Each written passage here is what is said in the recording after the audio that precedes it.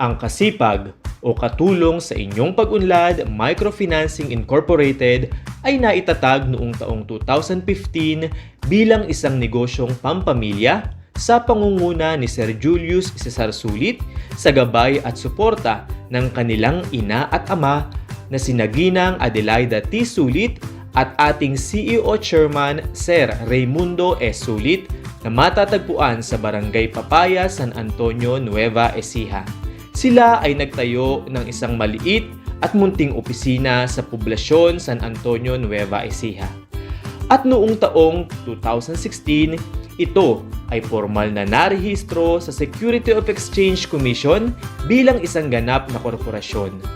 At upang ipagpatuloy ang misyon at layunin ni Kasipag na makatulong sa ating mga kababayan na may maliliit na negosyo, di naglaon ang magkapatid na sina Sir Winkle T. Sulit na ngayon ay ating Vice President at Ma'am Sharon S. Apostol na ngayon ay ating Presidente katuwang ng kanyang esposo na si Sir Gelardo P. Apostol na ngayon ay ating bagong CEO Chairman ay nagsumikap na mapalaki at mas maparami pang mga kababayan ang matulungan ni Kasipag Microfinancing Incorporated.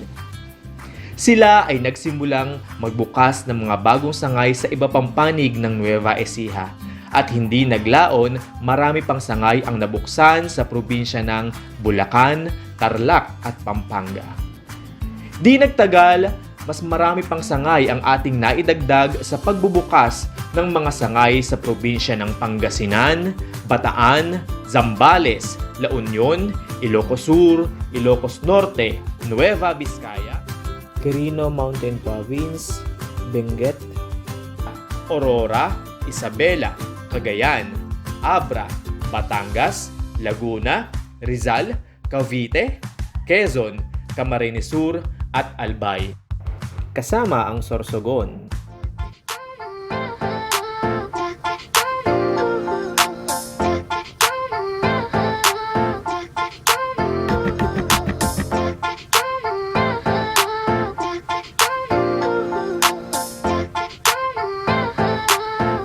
Omido for the beat.